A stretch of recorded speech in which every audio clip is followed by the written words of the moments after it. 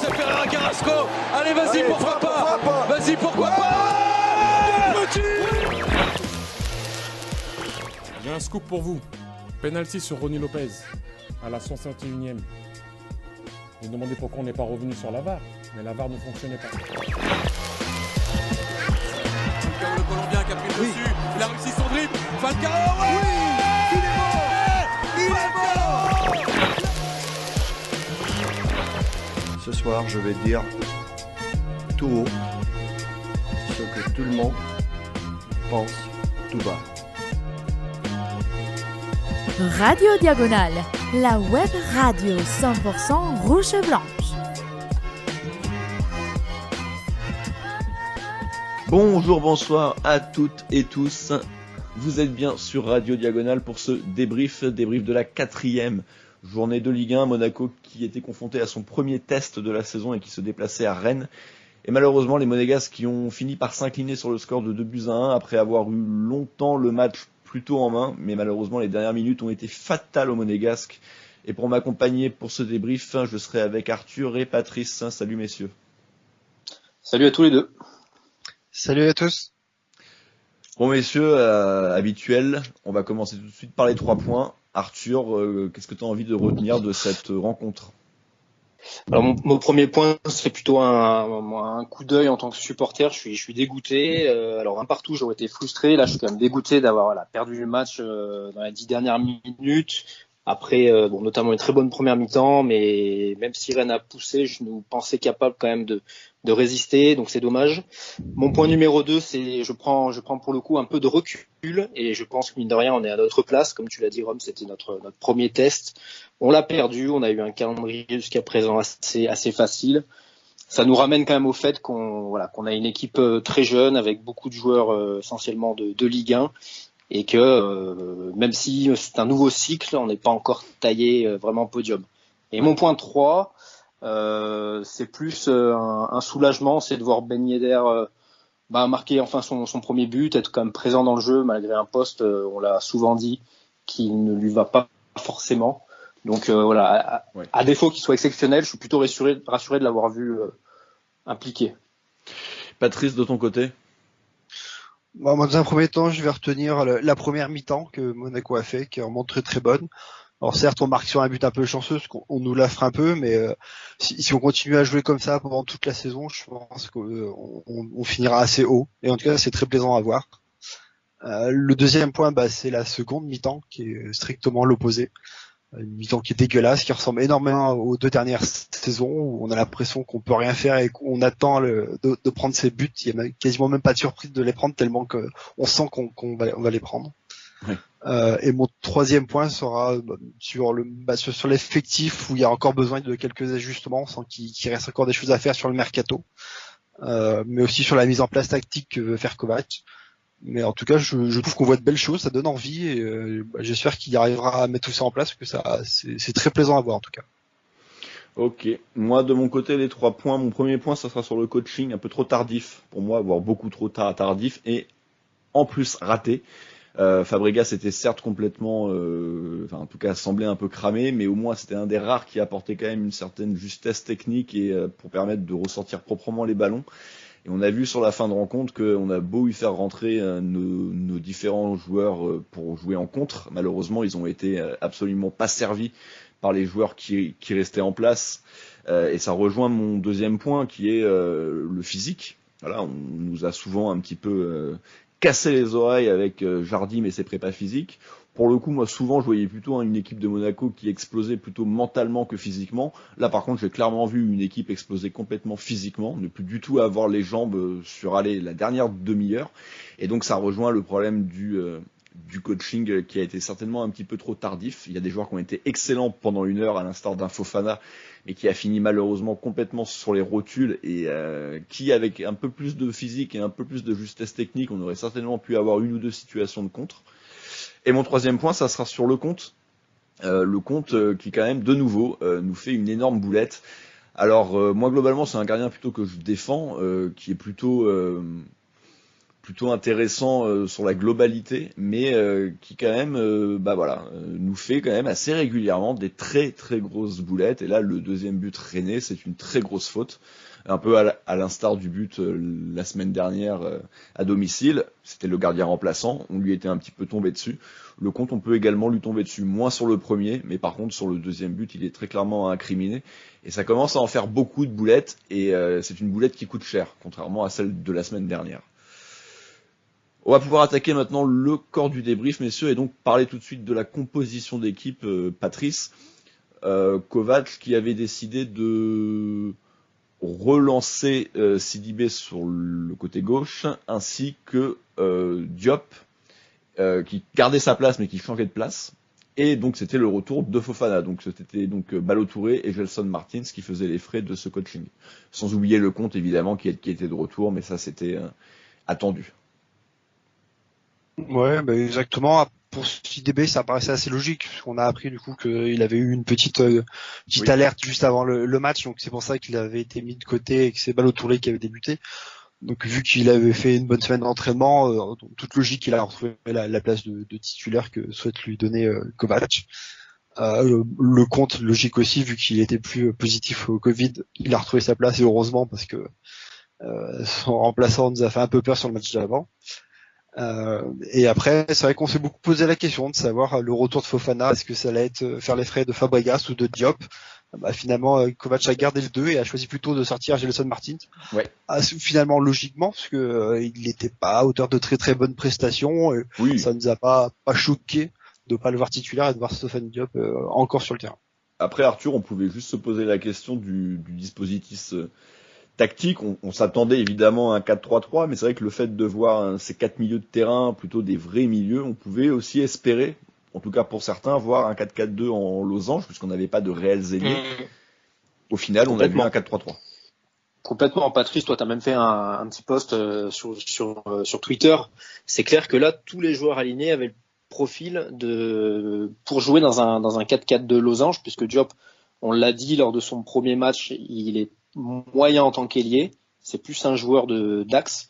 Fofana, Tchouaméni pour protéger Fabregas qui est positionné dans la défense, ça nickel. Et puis ça aurait pu permettre d'avoir l'association volant de Ben Yedder. Donc c'est vrai que tous les joueurs avaient plutôt une caractéristique d'évoluer dans un 4-4 de losange, mais on a bien vu que le système est resté en 4-3-3 avec un Diop et un volant vraiment qui mangeaient leur ligne de touche respective. Ouais, tout à fait. Pour parler de la rencontre maintenant et donc de nos différents points, au final, on est essentiellement basé quand même sur la seconde mi-temps, à l'exception de toi, ton premier point, Patrice. Et c'est vrai que la première mi-temps monégasque était plutôt une bonne mi-temps. Et pour parler en tout cas du début de rencontre, on a eu un Monaco qui a pressé haut et des Rennais qui étaient assez embêtés pour relancer de derrière, parce qu'on sait que c'est une équipe quand même qui cherche à relancer propre de derrière, et Monaco était plutôt installé dans le camp rennais. Les 20 premières minutes sont clairement pour nous. Rennes a très peu de ballons. La dernière fois où ils ont le ballon, c'est beaucoup d'erreurs, beaucoup de passes approximatives ou des pertes de balles très rapides. Après, dû aussi à nos joueurs qui ont pressé très très rapidement et fait beaucoup de récupération de balles. On a fait beaucoup de tirs, eu beaucoup de corners. Malheureusement, on a rarement cadré nos frappes et mis en danger notre adversaire. Mais du coup, il a fallu attendre vraiment qu'on passe cette 20e minute pour que Rennes reprenne un peu le dessus sur cette mi-temps avant de finir sur la mi-temps un peu plus équilibrée entre les deux équipes. Oui, c'est vrai que c'était... Oui, vas-y, Arthur. Non, vas-y. Non, je dis à part Terrier qui arrivait quand même qui était quand même assez remuant en première mi-temps, on n'a pas vu leurs individualités. Guirassy, c'est ça, je crois. On l'a pas vu. Rafinha, on l'a pas vu. Milieu de terrain, on l'a pas vraiment vu. Terrier un peu remuant, mais sinon, notre défense était au top. L'état d'esprit très bien.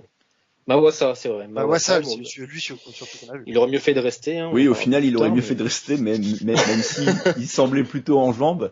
Voilà. C'est un petit jeune qui est sorti, mais c'est vrai que vous l'avez bien dit. Au final, on était plutôt en domination, mais plus une domination, justement sur l'occupation du terrain, mais on n'avait pas réellement de grosses occasions. On a eu beaucoup de coups de pied arrêtés, beaucoup de corners.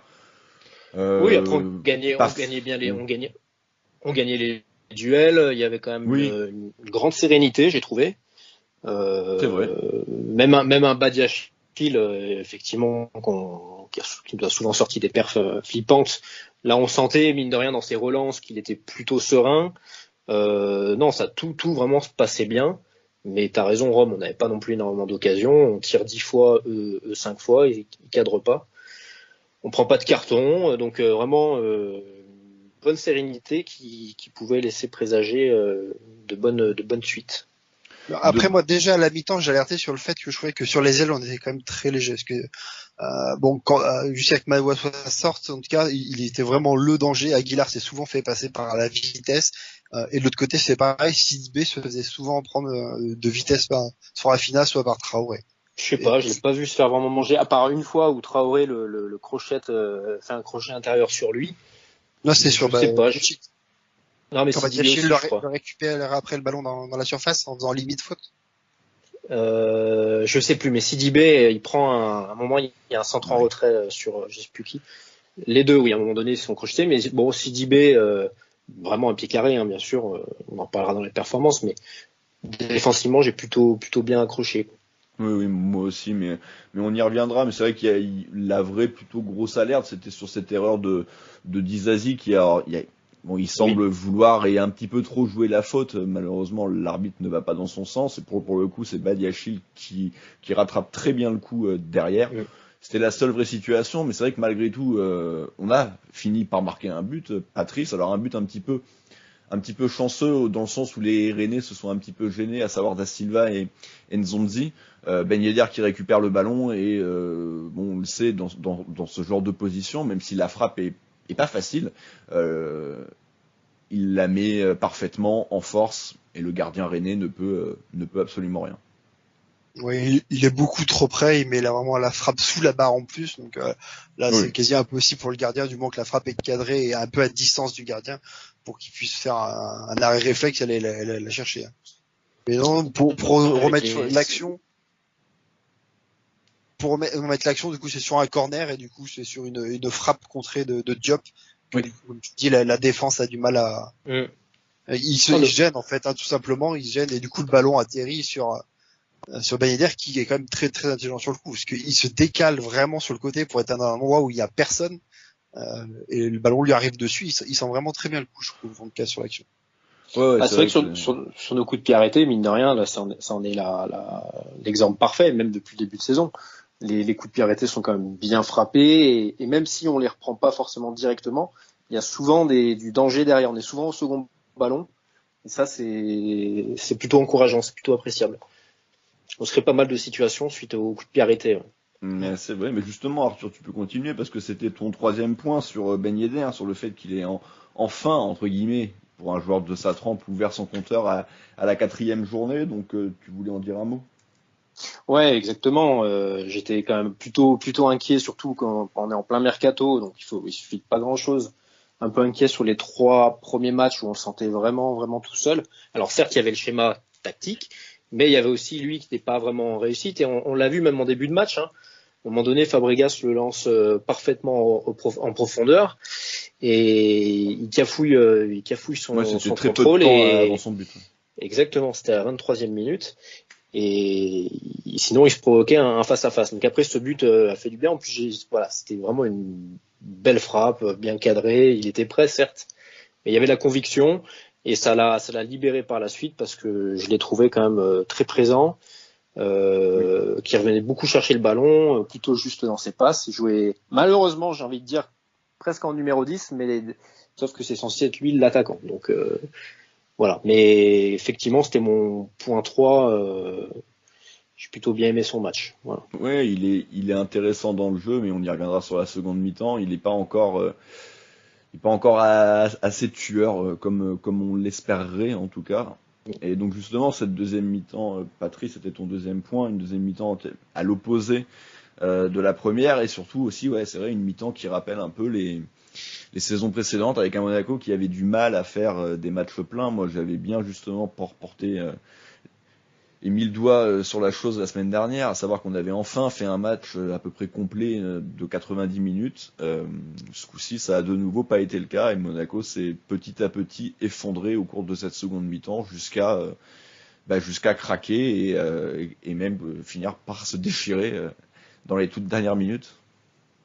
Après, Rennes, vas-y Patrice. Non,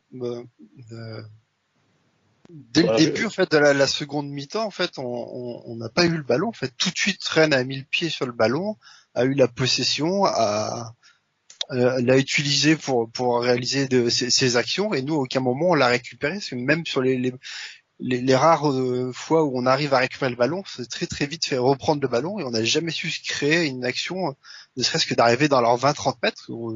On a quasiment été inexistant sur cette mi-temps là. Il y a que un petit passage où on a réussi à avoir 2-3 actions à la suite, mais sinon toute la mi-temps est entièrement rennaise. On a vraiment l'impression de pas avoir existé, d'avoir été complètement étouffé, et comme tu le dis, petit à petit, en plus d'avoir perdu le physique et d'avoir pu que regarder les Rennais jouer, et être impossible ne serait-ce que de leur courir après.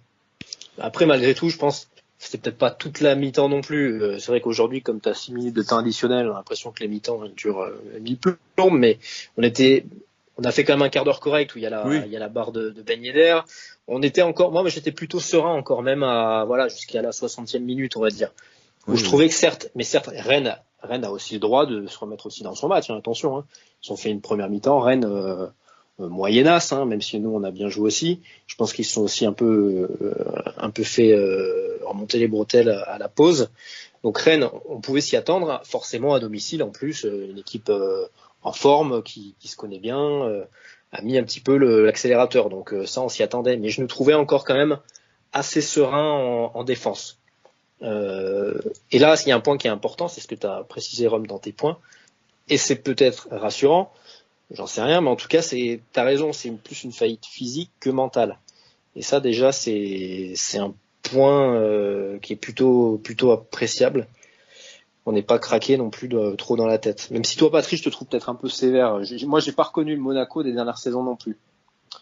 J'ai trouvé qu'on regardait l'adversaire plus que on restait comme si on essayait de défendre le score, comme l'année dernière, qu'on arrivait à un peu ouvrir le score et qu'on reculait sans arriver à mettre le pied sur le ballon et à temporiser. Sauf que là, le problème, c'est que je pense que on arrivait à défendre, pour le coup. Je me trouvais plutôt bien défensivement, avec quelques possibilités devant. On était en place, même si c'est pas le football que j'apprécie forcément, mais on était en place. Et après, physiquement, il y a eu une panne physique, il y a eu le coaching, Fofana qui est redescendu en 6, c'était compliqué après. Ça, c'est tous tes points Rome pour la suite, mais il y a eu un vrai tournant à l'heure de jeu, par contre. Ouais, tout à fait. Mais justement, ça rejoignait mon point sur le coaching. Très honnêtement, et puis également ton point, Patrice, sur le mercato, à savoir qu'il nous faut malgré tout toujours ce vrai 6. Que Fabregas, ça peut être compliqué quand même qu'il enchaîne les matchs et même qu'il les fasse en entier quand c'est des matchs quand même d'une intensité un petit peu supérieure à ce qu'on a pu voir la semaine dernière. Malgré tout, le fait de le sortir a été réellement problématique au sens où ensuite techniquement on a été incapable de ressortir proprement les ballons. Diop qui s'est réinséré dans le milieu de terrain a semblé également un petit peu émoussé et n'a pas apporté justement cet aspect technique qu'il aurait pu apporter. Donc moi j'ai pas très bien compris ce choix. Moi très rapidement je voulais faire sortir Voland, qui n'a pas fait une prestation catastrophique, mais on sent qu'il est encore un petit peu en rythme. Il est présent, mais il est un petit peu quand même le joueur un petit peu fantôme malgré tout de la rencontre. Et j'ai pas bien compris pourquoi en fait il avait pas fait sortir lui et Diop pour faire rentrer deux ailiers. Alors après lesquels, moi j'étais plutôt sur Martins et sur Onyekuru. Pour le coup, c'est Goebbels qui est sorti en premier, qui est rentré en premier, pardon. Donc pourquoi pas. Mais par contre, pourquoi faire sortir Fabregas, qui était certes en difficulté physique, mais qui par contre aurait pu continuer à nous apporter un peu de sérénité offensive. Et malheureusement, après sa sortie. Il tactique aussi, parce qu'il donnait énormément d'ordre pour replacer tout le monde. Donc, bien sûr. À mon avis, il était aussi précieux dans ce milieu de terrain. En plus, c'est vrai que honnêtement, on l'a vu ce soir. Fofana, il faisait pas un gros début de saison, et là, je pense qu'on l'a tous encensé pour le match qu'il a fait ce soir. À partir du moment où il est repassé 6, ça a été plus dur. Fofana, on est vraiment sur le joueur qui est le numéro 8 en fait. Enfin, Tchouaméni, Fofana, ils ont un peu les mêmes profils. Hein. Ils sont quand même, on n'est vraiment pas sur des 6. Hein. On est vraiment le triangle est presque C'était parfait bien. dans leurs caractéristiques à chacun. C'est ça. Et c'est vrai que ça a foutu le Beans. Et oui, parce cette réorganisation. que le triangle a été cassé avec la sortie d'un élément, et en plus il a été modifié avec le déplacement d'un autre. Donc c'est vrai que c'est en ça qu'il y a au final certainement une très grosse erreur. Malgré tout, c'est vrai qu'on n'en a pas parlé, mais on en a rapidement parlé. Monaco a eu quand même 2 situations pour tuer le match. Patrice, il y a eu déjà cet éclair de Djibril Sidibé qui de temps en temps est quand même capable d'apporter offensivement. Moi j'ai beaucoup aimé son match défensif, hein, mais offensivement c'est vrai que globalement ça n'a pas été terrible. Il est pas sur son bon pied. Là pour le coup il a pu se remettre sur son pied droit, donc il a fait quand même une superbe passe pour Ben Yedder qui malheureusement n'a pas réussi à conclure. Et puis il y a eu également pour le coup Ben Yedder dans un rôle de passeur, pour un Fofana un petit peu lent et attentiste peut-être. On n'a pas vu le numéro 9 qui était en lui là sur cette action. Hein. C'est un vrai numéro 8, hein. Il n'est ni 6 ni 9. Il n'y a pas de dépassement de fonction chez Fofana. Après le retour du Rennais est beau, également de qualité, mais c'est vrai c'est un beau retour. Il y avait moyen peut-être de faire un petit peu mieux, à minima de pouvoir frapper. Il frappe, hein. Juste aller contrer sur sa frappe. Oui, mais il frappe, mais je veux dire, il frappe. Mais c'est con qu'il cherche absolument à frapper de son pied droit. Du coup, le ballon est plus près du défenseur, alors que si, à mon avis, il va la chercher avec le pied gauche, le défenseur ne pourra pas la chercher. Mais bon, après, forcément, en pleine course, on cherche à frapper de son pied. Son pied d'appui son pied d'appui est loin, on le voit, hein, il a essayé de faire d'ouvrir son pied droit. Je pense que la frappe, elle partait mollassonne, je pense. Non, c'est une action croquée, c'est comme ça arrive, mais comme il n'y en avait pas beaucoup, c'est vrai qu'il y avait une petite frustration sur le coup de pas pouvoir tuer le match à ce moment-là. Et à partir de là, Monaco qui va vraiment souffrir. Patrice, petit à petit, il va y avoir le poteau, une très belle frappe frappe de Bourigeaud, voilà. Alors je sais plus si c'était après la transversale de Ben juste Yedder, avant, c'est sûr. C'était juste avant Fofana. C'est 2 minutes avant Fofana. Voilà, j'avais juste un doute par rapport à l'action de Fofana. Et donc on sentait déjà que les Rennais étaient en train petit à petit de rentrer de plus en plus dans notre camp. Il y a eu également ce gros contact de Dizazi qui peut-être l'a un petit peu chamboulé, un peu plus que on a pu le croire sur le moment, parce que on va y revenir, mais sur l'égalisation rennaise, la première intervention, même si il n'est pas complètement incriminé, mais sa sortie est un petit peu ratée. Elle aurait pu être réussie. Les Rennais ont également un petit peu de réussite parce qu'il y a un bon contre. Elle se retrouve ils profitent de la situation, mais également parce qu'ils mettent un peu plus d'impact. Et donc à partir de là, Monaco va commencer à subir fortement. Et donc cette égalisation, Patrice, à la 81e minute, qu'on sentait arriver tout simplement. Oui, c'est Disasi en fait qui veut faire une sortie et du coup qui va aller presser le milieu de terrain. Sauf que heureusement il est trop court et du coup le ballon arrive sur le côté. Donc j'ai pas bien vu qui c'est qui a centré par contre. C'est le petit jeune. C'est le petit jeune qui est passé en buteur, d'accord. Du coup qui est seul sur son côté et du coup qui arrive facilement à très bien centrer pour Nzonzi du coup qui n'est plus marqué parce que Disasi est derrière lui s'il a pas pu le rattraper et qui place une tête parfaite. Dans le petit filet que le compte peut pas cette fois-ci aller chercher clairement.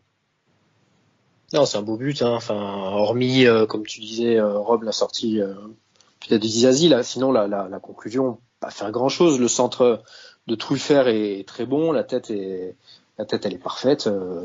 La tête est parfaite et le fait que Dizazi soit sorti un petit peu haut, il est un poil en retard également sur son retour. Et donc c'est Badiachil qui couvre Nzonzi pour pas grand chose, mais pour le coup on peut clairement pas l'incriminer sur la situation. Il joue dans le sens du jeu. C'est Dizazi qui lui est un petit peu en retard. On a vu au VAR, ça se joue pas à grand chose, mais c'est vrai que c'est lui qui couvre légèrement pour quelques centimètres Nzonzi. Et donc les 10 dernières minutes, on sent potentiellement évidemment que on est plutôt en difficulté, mais moi j'étais plutôt confiant et je pensais quand même qu'on allait tenir ce score. Il y a eu les changements effectués que j'attendais, à savoir un petit peu de vitesse pour les prendre en compte avec Onyekuru et Gelson Martins. Malheureusement, c'est également ce que je disais, c'est qu'il y avait personne pour leur donner de ballon. Donc moi, je l'aurais fait rentrer Jovetic beaucoup plus vite.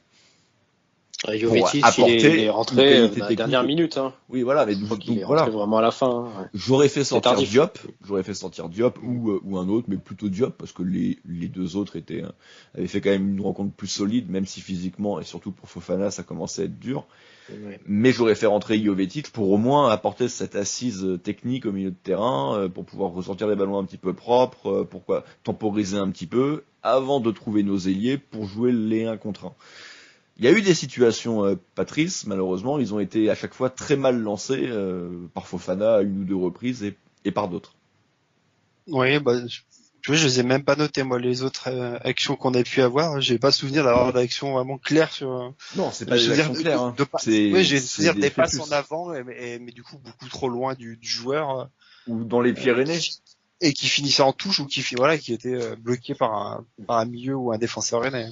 Il y a beaucoup de possibilités en profondeur, j'ai trouvé, moi, que ce soit en première mi-temps, mais aussi en fin de match, où les passes, elles étaient pas assez appuyées. Mais les passes n'arrivaient pas. Non, on a vu Fofana rater une passe en profondeur qui, je pense, avec un peu plus de lucidité, était quand même dans ses cordes. Et je crois que je sais plus pour qui c'était, mais en tout cas, voilà, pas mal de situations qui n'ont pas abouti à des vraies occasions. Oui, c'est ça, mais ça rejoignait le fait que la sortie de Fabregas, c'était plutôt une erreur. Parce que certes, on pouvait penser qu'il n'était pas bien physiquement, mais au final, vu que celui qui a pris sa place était tout aussi mal, sans l'apport technique, et ben c'était une double erreur. Donc voilà, Kovac sur ce coup-là s'est trompé, voilà. Et donc Monaco qui va finir par craquer dans les ultimes instants. Patrice, pas de chance en plus avec un contact. Alors il y a évidemment pas faute, hein, mais un contact, un petit peu de réussite, un petit peu de réussite malgré tout, et puis surtout le compte derrière, plus que fautif. Ouais, ça part d'une touche, assez proche de la surface. Le ballon est dans la surface, et oui, comme tu dis, il y a un contact entre Dissassi et Terrier, je crois. Je crois qu'ils essaient chacun de mettre la tête, et puis personne ne l'apprend. Voilà, le ballon du coup revient après sur le Truffert, Truffert qui fait une très très bonne frappe, mais sur le gardien. Et le compte se couche mal et le ballon lui passe sous le ventre ou entre les jambes. Alors que normalement c'est une frappe assez simple pour lui à arrêter vu qu'elle est complètement sur lui. Quoi. Ah oui. Le compte il est meilleur dans les matchs où il se fait canarder en fait. il faut qu'il soit chaud. La Rennes a fait quoi? 2 frappes cadrées, 3 frappes cadrées peut-être. Un peu plus quand même. Non, vraiment pas. Il y a eu un coup franc, direct. 3, il y en a un, il le prend le coup franc qui c'est le coup franc dans la niche, et après il y a les 2 buts quoi. Et on l'a pas vu faire effectivement d'arrêt finalement. Non, ça c'est sûr que on l'a vu bien sur les corners et sur les centres, mais par contre exactement sur les arrêts sur sa ligne. Très, très clairement un peu plus en difficulté. En tout cas, voilà qui clôture cette rencontre. Monaco, malheureusement, voilà, qui semblait tenir dans un premier temps 3 bons points, même 3 plus que bons points, qui clairement auraient définitivement lancé une très bonne saison, en tout cas une très bonne dynamique. Le point du match nul n'était pas non plus un mauvais résultat. Au final, on repart la queue entre les jambes avec 0 points et il faudra impérativement se ressaisir la semaine prochaine à domicile. Ouais, c'est dommage. Après, comme je dis en introduction, quand on prend du recul sur la chose, on est sur un début de saison où je pense qu'on est à notre place. Voilà, on a un effectif qui est pas encore forcément très complet. On a des bons joueurs, des bons jeunes. L'état d'esprit est présent et ça c'est plutôt encourageant.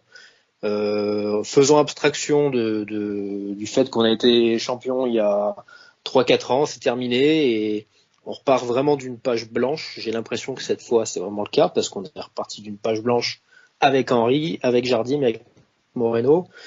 Là j'ai quand même l'impression mine de rien qu'on démarre bien dans l'état d'esprit, dans la construction de notre équipe, mais on a des joueurs qui n'ont pas le niveau Champions League quoi.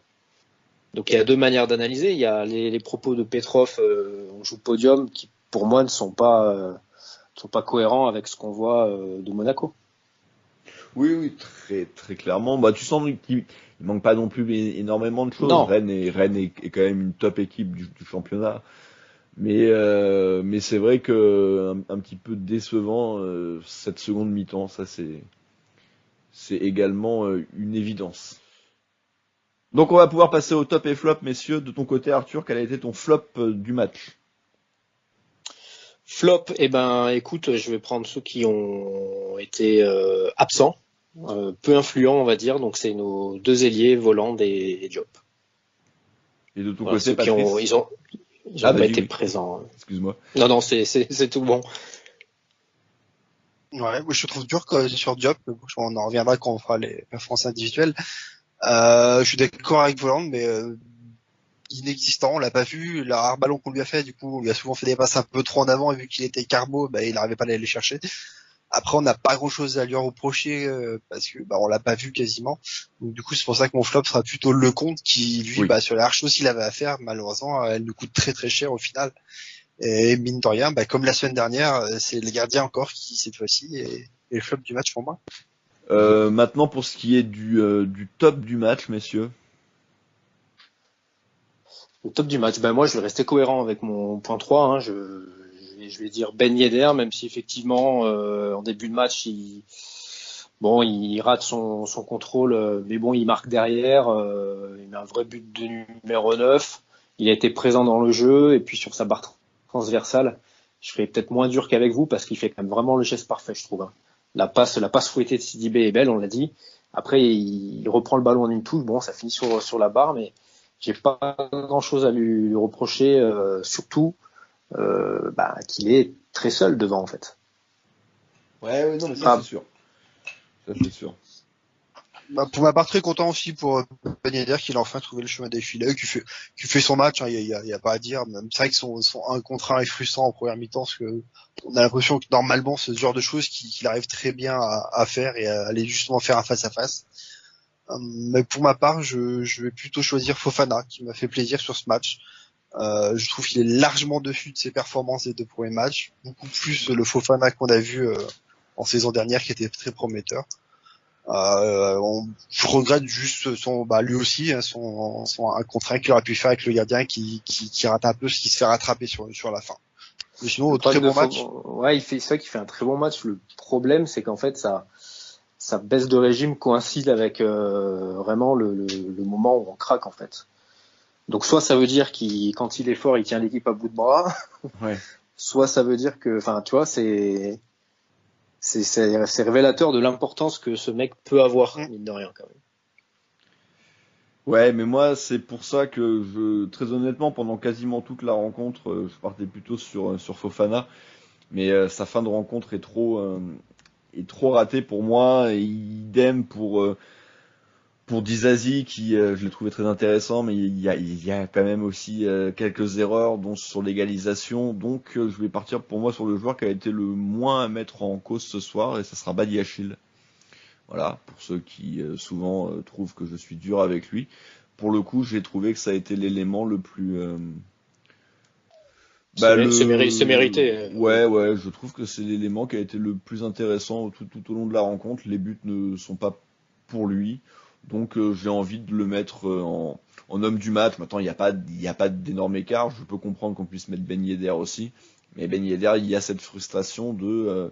ça aurait pu être mieux devant le but. C'est très bien dans le jeu, mais moi je l'attends plus devant le but comme un vrai numéro 9. Donc c'est pour ça que je vais plus partir pour Badiachil. Et j'ai également, et on va en parler dans pas longtemps, bien aimé globalement la prestation de Sidibé. Donc justement, on va pouvoir partir sur le reste de la compo. Donc Lecomte, on en a parlé, hein, voilà, à incriminer. On est 2 à le mettre en flop. Maintenant, pour ce qui est des latéraux, messieurs, donc justement Aguilar et Sidibé, on en a peu parlé. Qu'est-ce que vous avez à dire? Aguilar, j'ai vraiment aimé sa première mi-temps. Hein.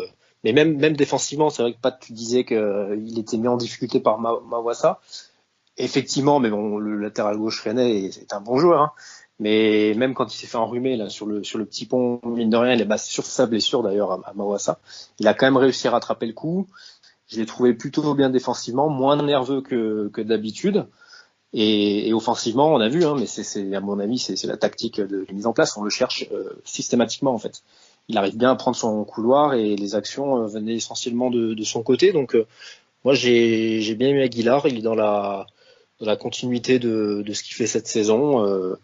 Voilà, on peut même, c'est pas trop une surprise parce qu'on savait que c'était un bon joueur, mais on peut même le considérer comme une recrue vu qu'il a fait une saison dernière assez catastrophique pour de multiples raisons, notamment ses cartons rouges. Mais voilà, c'est une valeur sûre. Okay. Pour ma part, moi, offensivement, j'ai rien à lui reprocher. Je trouve vraiment qu'il fait un très bon match et que même depuis le début de la saison, offensivement, il est vraiment très très bon.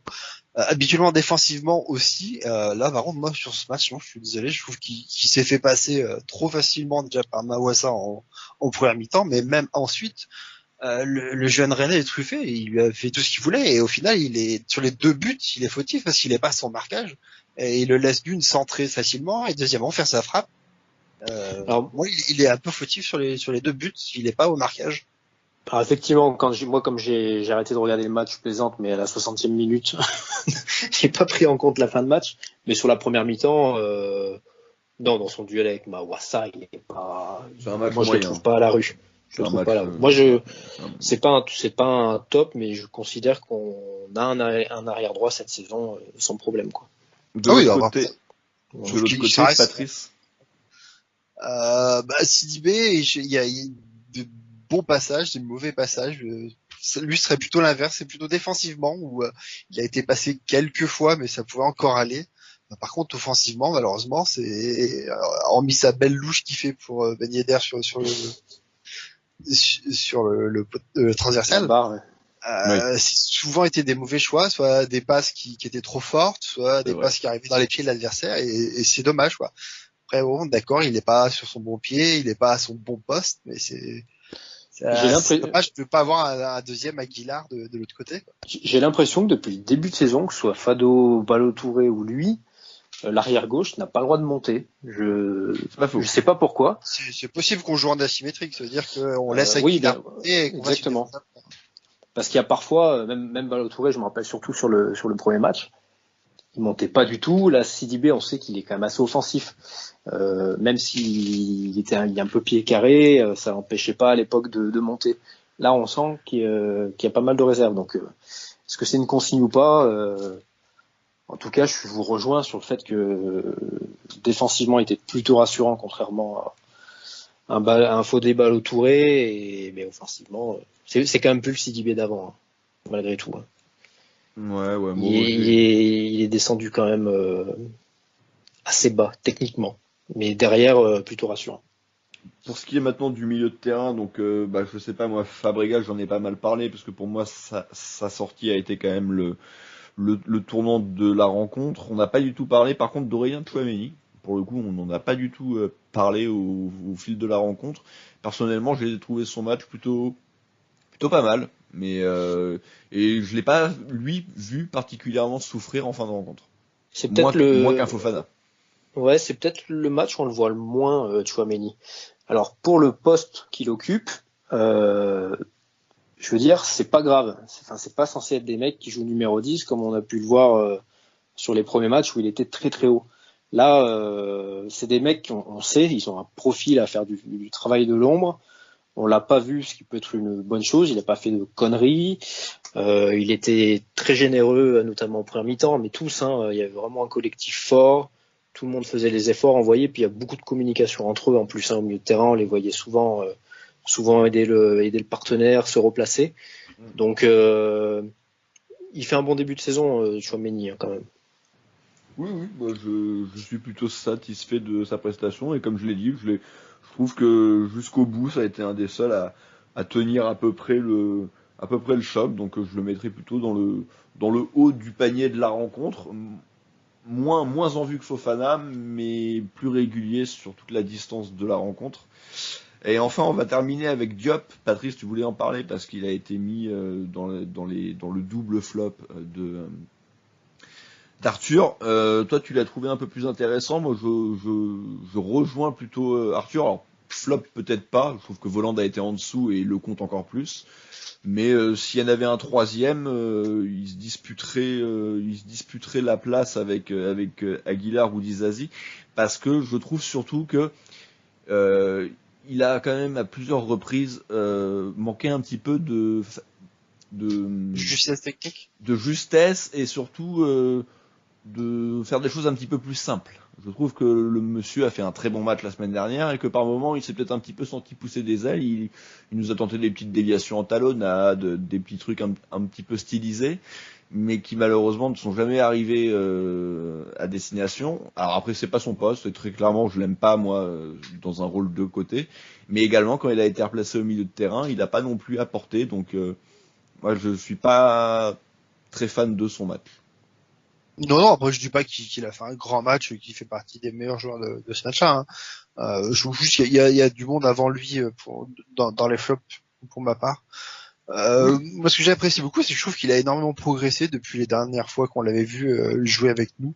Là où très souvent on pointait du doigt sur son physique, où il volait en éclats à chaque fois qu'il y avait des contacts, je trouve qu'il a énormément progressé. Il a beaucoup progressé en protection de balle aussi. C'est vrai que c'est beaucoup plus dur maintenant de lui prendre le ballon. Il sait très bien le protéger et éviter au coup d'épaule de sauter. Après, oui, je suis d'accord aussi qu'il en a fait un peu trop sur la passe, et qu'un peu plus de simplicité aurait été plus simple. Oui, voilà, c'est surtout ça, moi, que je lui reproche. Et Après, c'est bizarre parce que ça arrive après une très bonne rencontre. Un jeune joueur, et t'as l'impression un peu que potentiellement ça lui est peut-être un petit peu monté au crâne. Tranquille, t'as un très bon potentiel, t'es un joueur qu'on a envie de revoir, pas forcément titulaire, mais qu'on a envie de revoir. Mais voilà, fais plutôt le type de prestation comme la semaine dernière, plutôt que de vouloir faire des roulettes. À un moment, c'est pareil, hein, il a un très bon ballon sur un contre, il fait une roulette et il lance Sidibé, sauf qu'en fait, il le lance directement en corner. Un peu plus de simplicité serait une bonne chose, je pense. Mais je pense que Kovac va lui dire. Bon, après, je pense que ça doit être logiquement le dernier match qu'on le voit en tant que titulaire. Je pense que le prochain match, on devrait retrouver Golovin. J'espère. En toute logique. En tout cas, il y a dans tous les cas, on dit, je pense à chaque match, on pointait du doigt Gelson et Onyekuru sur les 2 premières journées. Oui. Là, on pointe du doigt Diop, Voland. Il y a un vrai problème sur nos 2 ailiers. Ça, c'est là-dessus, il n'y a pas de doute. On a beau mettre n'importe qui, le bilan à la fin, c'est toujours moyen. Bah, c'est vrai qu'à l'exception des entrées en jeu de la semaine dernière de Jebels et Onyekuru, c'est vrai que souvent c'est pas les ailiers qui nous ont fait particulièrement briller. On va pas se mentir, même si Martins avait eu le mérite d'être décisif, c'est vrai que globalement ça fonctionne pas très bien. Donc c'est vrai que ça pose toujours ce problème du 4-3-3 et en plus de Ben Yedder tout seul. Je pense qu'on est nombreux quand même on a envie de voir un 4-4 de losange parce que Fabregas semble revenir un petit peu à son meilleur niveau, donc c'est compliqué de l'enlever. Le problème c'est que si tu le laisses, tu peux plus jouer avec un 4-4-2 à plat. Donc le 4-4 de losange peut être une vraie bonne solution avec pourquoi pas en cours de rencontre utiliser justement ces ailiers comme super joker, voire pourquoi pas un Gelson Martins 110 à tester. Ouais, puis on a quand même des mecs, on va chercher Voland, on a encore Jovetic, c'est quand même des mecs qui sont faits pour jouer à 2. On a quand même beaucoup d'attaquants qui ont le profil pour jouer dans l'axe. Ouais. Pour jouer dans l'axe, exactement. C'est pas des joueurs qui brillent par leur vitesse. Et non. Surtout pas Jovetic. Surtout pas Jovetic. Bon, rapidement maintenant les entrées en jeu. Bon bah contrairement à la semaine dernière, ça va pas apporter grand chose. Un petite réprimande pour Jebels qui aurait dû prendre carton rouge. Hein. Oui. Oui, il prend. Parce que à partir du moment où il prend jaune pour sa première faute, la deuxième faute qui mérite elle clairement un jaune, parce qu'il y a clairement semelle sur le pied. Une belle semelle. Ouais. Il faut des rouges moins que ça. Bah ouais, donc à la limite tu mets qu'un jaune, mais sachant qu'il en avait déjà pris un, j'ai pas bien compris là mais bon, écoute, ça a pas été vu. Bon. C'est un joueur. Comme ils savent toujours pas utiliser le VAR, mais bon, ça c'est un autre problème. Ouais, tu sens que Jebels, c'est un joueur, je pense, qui a du potentiel. Hein. Il a marqué l'autre jour. Je pense qu'il est pas encore bien mûr. Hein. Oui, mais il est pas fini. Ça reste maladroit. Même tu vois, défensivement. C'est pas la première fois, quoi. qui rentre non. et qui met des taquets. Moi, je sens que c'est Là, le match il d'avant. est un peu comme Pellegrini en fait pouvait nous faire quand il rentrait aussi. C'est des gros Oui. gabarits mais qui sont Un peu jeunes bourrin. et ils ont un petit peu de mal à contenir tout. Tu sens que physiquement ils sont quand même supérieurs et qu'ils ont envie de le montrer, mais ils le montrent mal. Et il aurait pu prendre un rouge, il aurait certainement dû prendre en tout cas un second jaune. Donc il s'en sort bien, mais ça fait Mais deux fois de suite qu'il prend un jaune. Il va pas tarder à être suspendu. Je me demande s'il en est même pas 3 au total. Non, Je sais c'est pas. son deuxième. C'est son deuxième, ça? Ok. On a 10 assises, Chouameni et du coup Goebbels qui sont avec 2 cartons jaunes, D'accord. avec un risque de suspension. Ouais, bon, Zebel, c'est pas très important, mais Dizazi, ça peut être un peu plus problématique, en effet. Oui. Bon, ben, messieurs, merci de m'avoir accompagné pour ce débrief. Je pense qu'on en a fait le tour. Donc, la semaine prochaine, Monaco recevra Patrice au stade Louis II. Strasbourg, la lanterne rouge actuelle. Strasbourg, la lanterne rouge, ça sera quel jour? Ce sera le Dimanche. 27, donc le dimanche à 15h. Le dimanche à 15h. Strasbourg qui vient nous mettre des branlées depuis 2 ans. Hein, quand même. Merci, Arthur. C'était le. Un petit mot pour Clermont-Ferrand, Arthur, peut-être, non? Bah, écoute, T'as passé une bonne fin de soirée, toi. Clermont a fait un partout contre Toulouse. Ah non, je En parle Ligue pas de ce 2. Clermont-là, ouais. J'ai bien compris. Bah, Mais je c'est vrai sais que bien. le TFC joué en jaune à Clermont, c'était assez. Et Clermont C'est jouait en marrant. rouge et noir. C'était Rouge un- et bleu, rouge et bleu. Ouais. Et cet après-midi, un en bleu rugby, assez jouer foncé, en ouais. bleu, enfin, c'est le bordel, quoi. Il n'y a rien qui va. Il y a plus de couleurs. C'est Il y a plus de n'importe couleurs. quoi. Sans parler Il y a des un- diagonales basses. Enfin bon, c'est. Il y a un débat à faire sur pourquoi les clubs de foot et de rugby n'ont jamais les mêmes couleurs dans une même ville. Tu vois. Ah ouais. Mais écoute, on proposera ça comme sujet de À Damien, voilà, pour Damien qui est très axé sur ce genre de choses très très importantes. Voilà, en tout cas, messieurs, merci de m'avoir accompagné. On se retrouvera peut-être dans la semaine ce jeudi pour une Gazette Mercato. On l'a pas fait cette semaine, c'est vrai qu'il commence à y avoir quand même certains départs. Il y a eu l'arrivée de Manonnet. On espère également qu'on aura d'ici là l'arrivée de ce fameux numéro 6. Et également, je vous invite tous à nous suivre sur Facebook et sur Twitter parce que demain soir, moi-même, mais également Adrien et Damien allons participer à un débrief de cette rencontre sur Radio Roazhon, qui est donc une radio un petit peu comme nous, mais pour le Stade Rennais, qui sera à suivre en live vidéo sur Twitch et sur leur page Facebook à partir de 20h. Donc on vous passera évidemment les liens. Alors, malheureusement, on a perdu, donc on n'est pas très en joie de faire cette émission, mais bon, il faut forcément passer par là. On comprend aussi que vous, forcément, venir débriefer une défaite, ça sera pas forcément le plus drôle. Mais en tout cas, voilà, on sera présent de 20h à 21h, 21h30 sur leurs deux supports, donc Twitch ou Facebook. Mais encore une fois, les liens vous seront donnés demain via Twitter et via Facebook. Et sinon, la prochaine émission, ça sera ou jeudi ou après la rencontre de dimanche face à Strasbourg. Messieurs, merci de m'avoir accompagné. D'ici là, portez-vous bien et Dagé Mounegou. Et bisous.